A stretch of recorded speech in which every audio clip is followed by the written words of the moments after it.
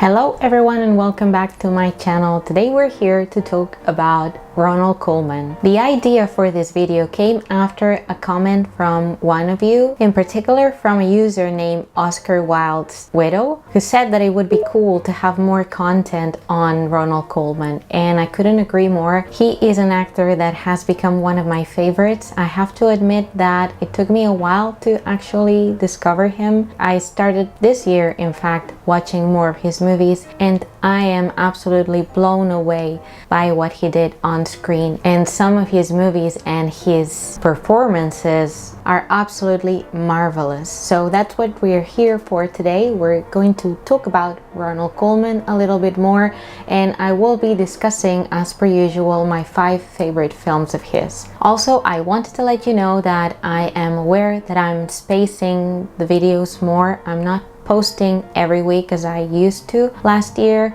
but that's because I have a lot of work to do that I needed to catch up with. So I'm still making videos. I have more ideas for future videos, and I'm hoping also next month to also do the Noirvember challenge that I did last year. So I just wanted to let you know that I'm just spacing more the videos because I need more time, frankly, to prepare them. And in any case, as always, I hope that you enjoyed today's video, that you enjoy more Ronald Colman's content, and that I can hopefully pass on to you my appreciation for Ronnie if you're not a fan of his already.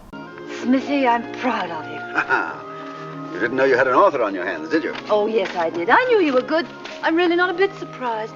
Do you think I can sell another? Another and another and another. Lots of them. You know, I'm very good at cooking omelets. No, really? That's better. Now you're smiling. Well, it's rather difficult not to with you. Besides, you seem to have given me courage and hope. A feeling of safety that I didn't believe was possible. Ah, leave it to little Oliver.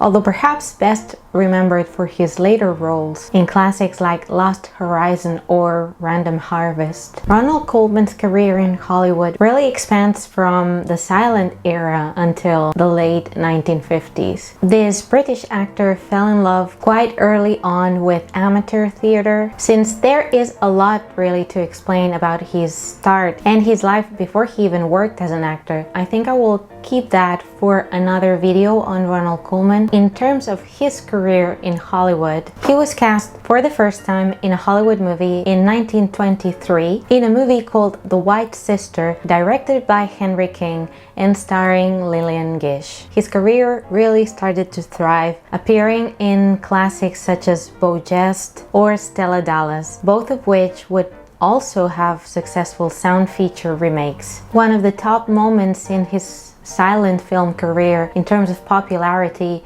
came when he was paired with Hungarian actress Vilma Vanki, thus becoming a very popular romantic on-screen couple along the lines of Greta Garbo and John Gilbert's pairings, although perhaps not with as much amount of impact as they had, but still Vilma Vanki and Ronald Colman together were one of the biggest box office draws, especially for Samuel Goldwyn. His true success, or perhaps the critical acclaim and respect for his acting skills, came though with the advent of sound and with sound feature films, when audiences realized that his fantastic looks were matched with one of the best British voices that you can ever hear. Then his stature as an actor, and I believe the impact of what he achieved on screen, were unparalleled. But as his popularity exponentially increased, so did his cautiousness in exposing his private life. Often compared with Garbo on that regard, he was very, very protective of his private life. Also, for this video, I read the biography that his daughter Juliet Benita Colman published called Ronald Colman, a Very Private Person, and the title is already quite telling. And perhaps this lack of interest in any boasting or in being involved in any publicity might be the reason why today perhaps he's not as remembered as other actors of his time, yet he is really regarded and respected. In my case, what I've come to appreciate, aside aside from his obvious looks and his truly fantastic voice, and the fact that he played in many instances the romantic and the adventure lead, is the fact that on the one hand his acting was nuanced, smooth, and seemingly effortless, and on the other hand, something that has become apparent after watching many of his films is also that he was quite good at playing dual roles, something he did on several occasions, which we'll discuss later. Aiming at showing a bit of a range of Ronald Colman's career, the first movie that I wanted to discuss in today's video is a silent film called The Winning of Barbara Worth, released in 1926 and directed by Henry King. King was the one who cast him in the movie The White Sister, which was one of the movies he was most proud of. Henry King continued to cast him in 1924 Romola, again with Lillian Gish, and in 1926 for The Winning of Barbara Worth. There are, as I was saying also before, many silent movies that Ronald Colman appeared in that would be worth tracking down, such as Beau Geste, Lady Windermere's Fan. The Winning of Barbara Worth for me is one that I find particularly enjoyable and that I'm particularly fond of. First of all, because it features one of the pairings that I was mentioning before of Ronald Colman and Vilma Banky, and also because it has the first major role that Gary Cooper appeared in, which really prompted the start of his career and his stardom. He would go on to star next year in 1927 in Wings, in William Wellman's Wings, which would go on to become a really relevant movie in many aspects. But again, The Winning of Barbara Worth has so much to love, really. It was, in fact, the second pairing of Ronald Colman and Vilma Banky, as they had both appeared a year earlier in 1925 in The Dark Angel. That movie proved to be a super amazing success for both of them and established both Ronald Colman's career and Vilma Banky as a Hollywood silent star. Upon his arrival in Hollywood, Colman would often be cast, because again of his features and dark hair, kind of along the realms of a Latin lover, and it was precisely with the film The Dark Angel, in which he played a noble and self-sacrificing hero, that he started to find slowly his own niche as an actor and not as a Valentino replica. As I said, The Dark Angel was a smash at the box office, and it was also Vilma Banky's first film in Hollywood. And so Samuel Goldwyn, who had brought Vilma from Hungary and had also signed Ronald Colman, was truly seeing dollar signs everywhere. Incidentally, Vilma was also paired with Valentino for movies like The Eagle and The Son of the Sheikh, which was Valentino's last film, and one in which there is quite a fantastic on-screen kiss. And that brings me to one of the major attractions for The Winning of Barbara Worth, and it's this scene in particular.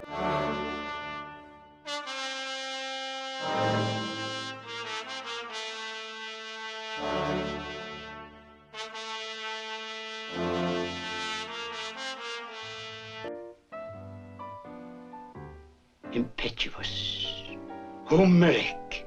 As you can see, her reaction is something that really blew my mind. You can really sense the on-screen chemistry between these two. The movie really is an excuse, again, for Vilma and Ronald to be paired together on screen. That's the main attraction. Also, the rivalry between Ronald Colman and Gary Cooper in terms of getting Vilma's affection. So it's not, again, a super complicated plot, but what also, in my opinion, makes The Winning of Barbara worth watching is the photography. The way it is shot, especially the action sequences in this movie, are simply epic. And again, the photography throughout the movie, which was by George Barnes, Thomas Brannigan, and none other than Greg Tolan, who was credited for this film as assistant camera, is again simply breathtaking. So if only for the kiss, for seeing Gary Cooper in one of his earlier roles, and to appreciate a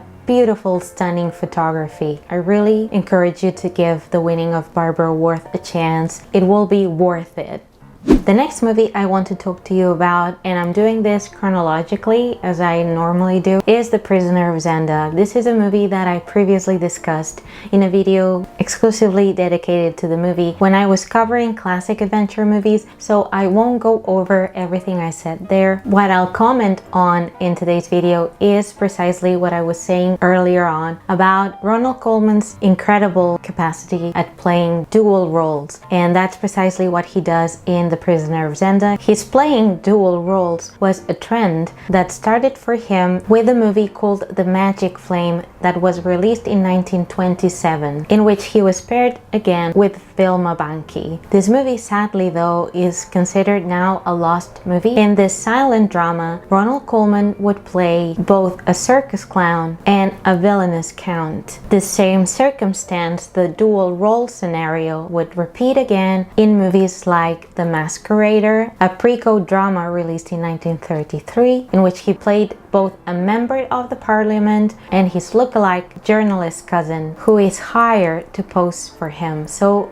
this is quite a similar scenario again as the one we find in The Prisoner of Zenda. But furthermore, as I was also discussing, in many Ronald Colman movies, this duality he is so able to portray goes beyond the physical impersonation of two lookalike characters. In some instances, it seems to run deep within him, as if there were two people coexisting inside of him. That's what happens in a movie like A Double Life, which was released in 1947 and one for which he got an Oscar for Best Actor. But the list, I feel, goes on and on with, again, movies I mentioned like Lost Horizon and the rest of the movies that I will be discussing today. So whether this was a conscious choice on his part or this was something that would develop as he grew as a performer, it is, in my opinion, one of the most impressive skills that Ronald Colman had. His ability to portray such complexity in also such a nuanced and effortless way. Seems like a motive running, and this ambivalence is something that I find really attractive when I watch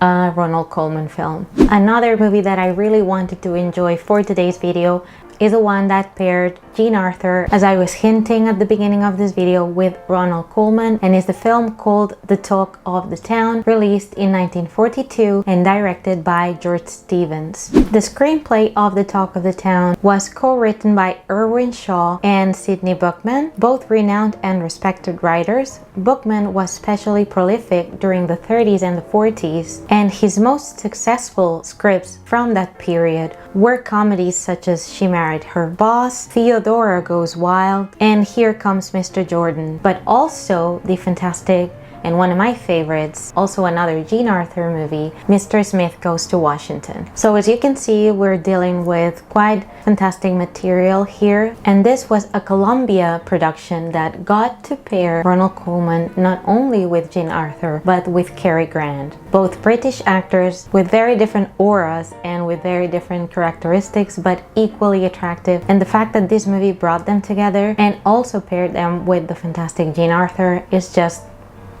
chef's kiss. The story on the surface again plays a lot with the love triangle formed by Ronald Colman, Jean Arthur, and Cary Grant, but also underneath there is a deeper discussion that goes on by juxtaposing the characters that Cary Grant and Ronald Colman represent. They're both different generations with different approaches to life, to justice, and to law that come at play in The Talk of the Town. This is quite an unusual comedy, also because of the premise of the movie. What I find marvelous about The Talk of the Town, one of the reasons that I wanted to include it in today's video, besides this terrific cast, is how civilized the discussions between Ronald Colman and Cary Grant are, in terms again of their very different approaches to life and the conflict that is the center of the story. They are both fantastic. Again, it is beautiful to see how they both unfold and how this relationship and talking to one another changes them, but challenges also the ways they thought. And again, it's all carried out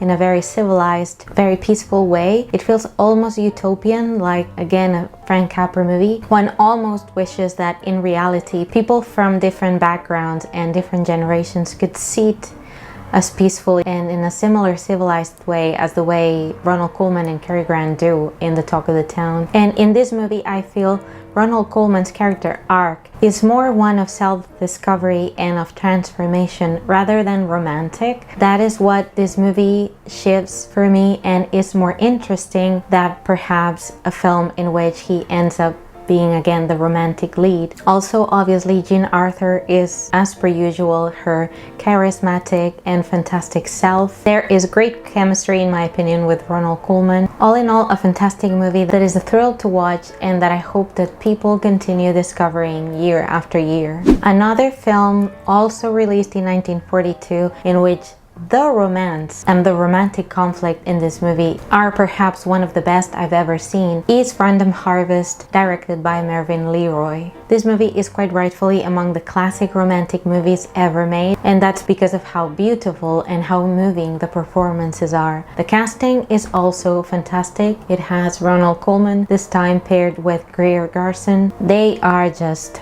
brilliant in this movie. And coming back to the dual role or duality thread, in this case he plays, in fact, really two parts, because he initially plays a man that has been gassed in World War I, suffering from amnesia, who can't remember who he is, and then when he does eventually recover his memory, he plays another character really with a different life. But speaking on terms of how Ronald Colman works in Random Harvest, it is again another example of how subtle and how amazing his work was, because I can't begin to imagine how you go about approaching a man who has completely lost his memory, who doesn't know who he is. The risk in being overly dramatic is high, so this film was absolutely one of the movies that made me admire and be in awe of Ronald Colman. The director, Mervyn Leroy, is also, I think, in my opinion, really responsible for how moving this picture is. He was an expert with these sensitive stories that really moved you, that really touched you. He had done precisely that with movies such as The Waterloo Bridge or 1949's adaptation of Little Women. Random Harvest, aside from all this, the movie went on to be a huge box office success. It ran for many weeks in theaters, and it really catapulted Greer Garson as a star for MGM, and she would go on to win an Oscar that year for her part in Mrs. Miniver. The movie also helped continuing to revive the status that Ronald Colman had as a romantic lead, this time in the 40s, which was also reinforced by also the success of The Talk of the Town. In Random Harvest, we also have the work of the fantastic Susan Peters, who sadly passed away very young and who was also nominated that year. Another reason to love Random Harvest, if you don't already, is that it was one of Gene Wilder's favorite movies, and that's something that I discovered on a video here on YouTube, in which Gene Wilder really revealed that Random Harvest was one of the most beautiful movies for him. So as though there weren't enough reasons to love Random Harvest, here's another one. And finally, the last movie that I want to talk about today, one of my favorites, is the late George Apley, released in 1947 and directed by Joseph Mankiewicz. Perhaps this movie is the lesser known of the whole bunch of movies that I'm discussing today, and really I had trouble choosing, but I wanted to go for something that I could also discuss, again, some lesser known movies of his that I think deserve more attention, and one of those is precisely the late George Apley, as I was saying. This is a movie that Ronald Colman made for 20th Century Fox, which was based on the Pulitzer Prize winning novel by John P. Marquand of the same title. Set in Boston in the early 1900s, the story focuses on the Apley family, led of course by the patriarch George Apley, played by Ronald Colman, accompanied by his wife Catherine, played by Edna Best, and their two children, John Apley, played by Richard Ney, and and Eleanor, played by Peggy Cummings. The core conflict of this movie then is once again the juxtaposition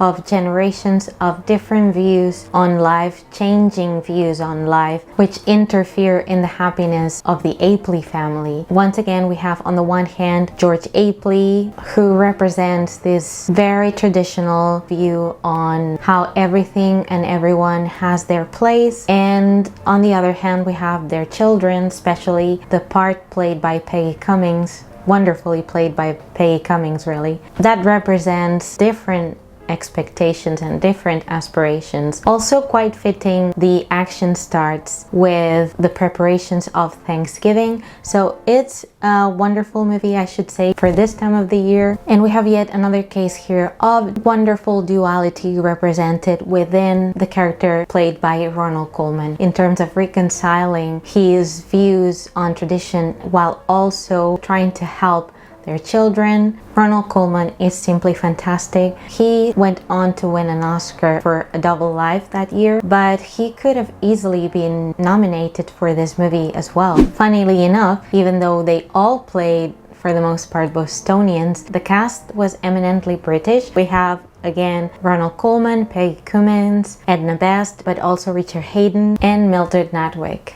Also, for what I've read, the shooting of this movie was also a very pleasant one, and Ronald Colman and director Joseph Mankiewicz would go on to remain good friends, and thusly the box office and the critics responded quite favorably. So again, if you haven't watched the late George Apley, I highly encourage you to do so, especially if you love Ronald Colman. You will enjoy it tremendously. Even though he plays a quite stuffy character at times, it really pays off. Alright, so that was all for today's video. I hope that you enjoyed it. I hope that by now you are also Ronald Colman fans, or at least you're dying to watch the movies that I've mentioned in today's video. In any case, I would love to know if there are other Ronald Colman movies that are your favorite. Leave as always the comments down below. Like this video, subscribe if you haven't already, and as always, stay safe, take care, watch classic movies, and see you all in my next video.